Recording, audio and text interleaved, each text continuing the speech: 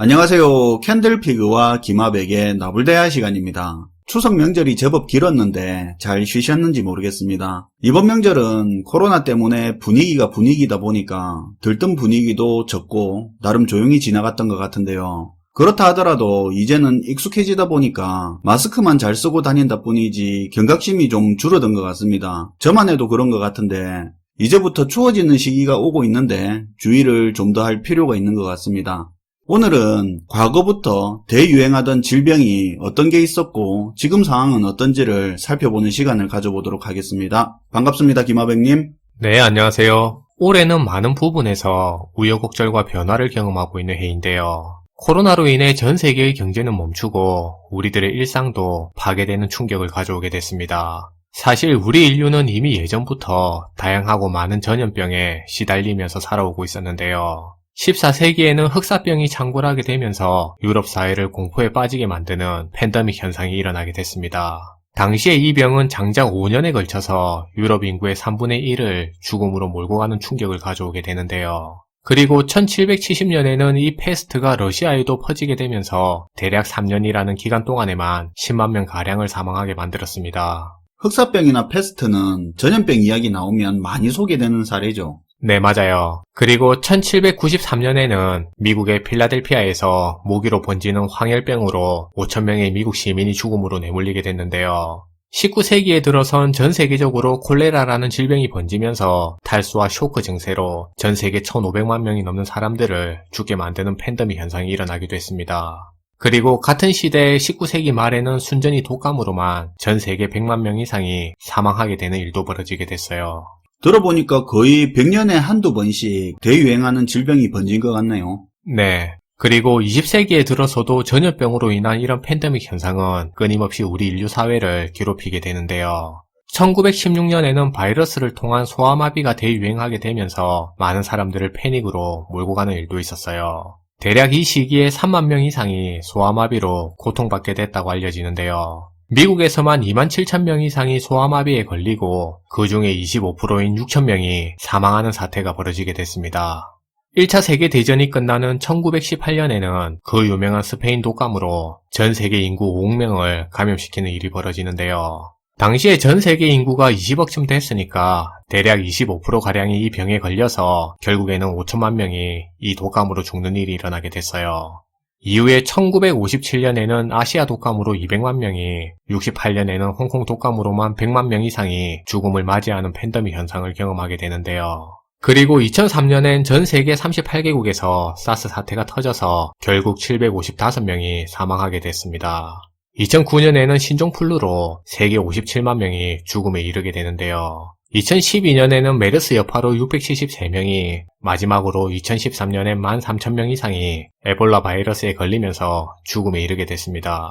이렇게 우리 인류는 과거 예전부터 다양하고 많은 전염병에 시달리면서 살아오고 있었는데요. 그럼에도 그때마다 그 문제들을 극복하고 이겨내면서 계속해서 생존을 유지할 수 있었습니다. 근데 듣다 보니까 1900년대부터 전염병 대유행 빈도가 굉장히 잦아지는 것 같은데요. 네, 맞아요.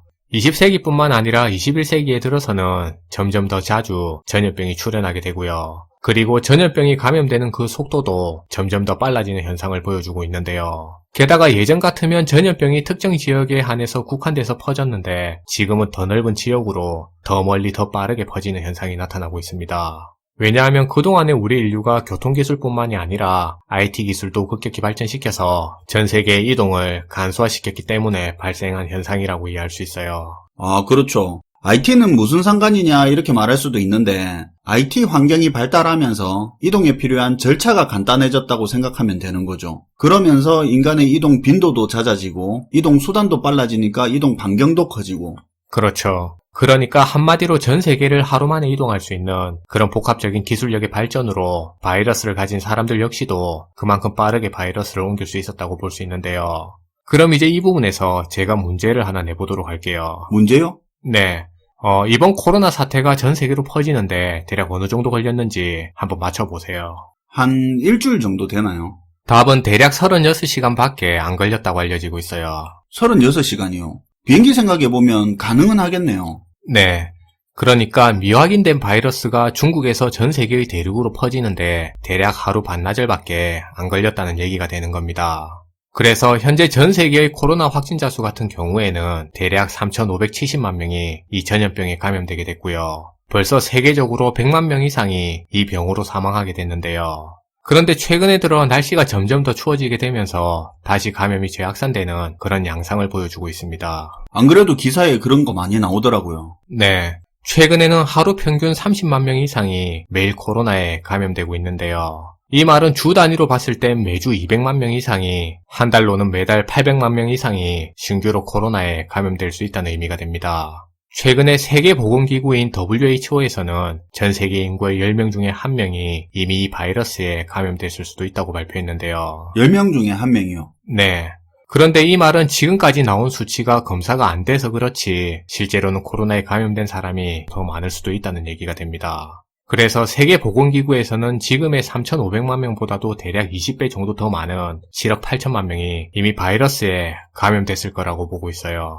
그러니까 그만큼 검사를 못해서 그렇지 실제로 세계 인구의 10%가 이미 감염된 걸로 생각을 하고 있다는 거네요. 네, 세계보건기구에서 그런 발표를 한 거죠. 그리고 지난 1일에는 국제학술지인 네이처에서 코로나의 변이를 실험한 한 실험 보고를 발표했는데요. 발표에 따르면 최근 퍼지고 있는 코로나 바이러스의 감염력이 작년 말에 중국에서 처음 등장했을 때보다 10배 이상이 더 감염력이 강해졌다는 사실이 확인됐어요. 그리고 현재 이 변종된 바이러스가 유럽 각지를 포함한 미국과 아시아 등지에서 폭넓게 발견되고 있다고 발표했는데요. 특히나 유럽을 중심으로 최근에 코로나가 재확산되는 조짐을 보이면서 스페인은 수도 마드리드를 봉쇄해버리는 조치를 취하기도 했습니다. 그리고 프랑스 역시도 최근 수도인 파리를 봉쇄하는 조치를 검토하고 있다고 알려지고 있어요. 수도를 봉쇄할 정도면 상황이 진짜 심각하게 흘러가고 있는 건데 저도 그렇지만 많이 안일해졌는데 경각심을 좀 가져야겠네요. 네, 다시 한번 경각심을 조금 가지는 차원에서 오늘 코로나 얘기를 꺼내봤는데요. 참고로 현재 전 세계 사회의 60% 이상이 단절될 정도로 현재 세계 사회가 폐쇄되는 과정을 경험하고 있습니다. 그런데 이렇게 폐쇄되고 있는 과정에서도 감염자와 사망자 수는 최근에 다시 늘어나는 모습을 보여주고 있는데요. 사실 이러한 현상은 굉장히 위험한 조짐이라 분명히 경각심을 가질 필요가 있을 거라는 생각이에요. 사실 이제 코로나 이야기하면 관심도 없는데 언제나 그렇듯이 모두의 관심이 줄어들 때가 제일 위험할 때죠. 네. 마지막으로 앞에서 현대사회로 갈수록 기술이 발전해서 전염병도 더 자주 출현하고 더 빠르게 그리고 더 멀리 퍼져가는 현상을 보이게 된다고 얘기했는데요. 반면에 현대사회의 지식 네트워크 역시도 이런 바이러스처럼 빠르게 전 세계로 퍼져나갈 수 있는 그런 장점을 가지고 있습니다. 개인적으로는 이 부분이 문제 해결에 많은 도움이 될 것 같다는 생각이에요. 그게 무슨 말이죠? 네. 예를 들어 1918년에 스페인 독감이 유행할 당시에는 전 세계 인구 20억 명의 70% 정도가 그를 모르는 문맹률을 가지고 있었는데요. 그러니까 당시만 하더라도 대략 30% 정도인 6억 명의 인구만 어떤 문제 해결에 지적으로 동원되는 역할을 할 수 있었다는 말입니다. 반면에 현재 사회는 전 세계 인구 76억 명의 문맹률이 14%밖에 안 되는 조건을 가지고 있어요. 이 말은 지금 전 세계의 65억 명 이상이 지적 네트워크로서 뭔가 의미 있는 역할을 할 수 있다는 의미인데요. 게다가 지금 사회는 그런 지적 풀 자체를 공유할 수 있는, 그러니까 서로 간의 지식이 연결될 수 있는 그런 지적 네트워크 플랫폼 역시도 갖추고 있는 여건이 됐습니다. 그래서 지금처럼 어떤 문제가 발생하게 됐을 때 지적 네트워크를 활용해서 공동으로 문제를 해결하는 능력도 키우면서 활용할 수 있을 거라는 생각이에요. 그러니까 문맹률이 낮아서 과거보다 지적 풀이 커졌고 이 지적 풀들을 연결시켜주는 플랫폼들이 갖춰져 있으니까 과거보다는 문제 해결하는 데 도움이 될 거다 뭐 이런 말이네요. 그렇죠.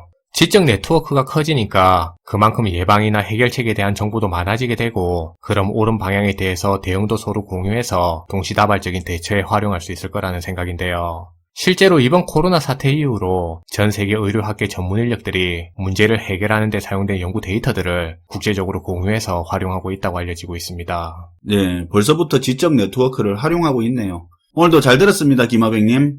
네, 감사합니다.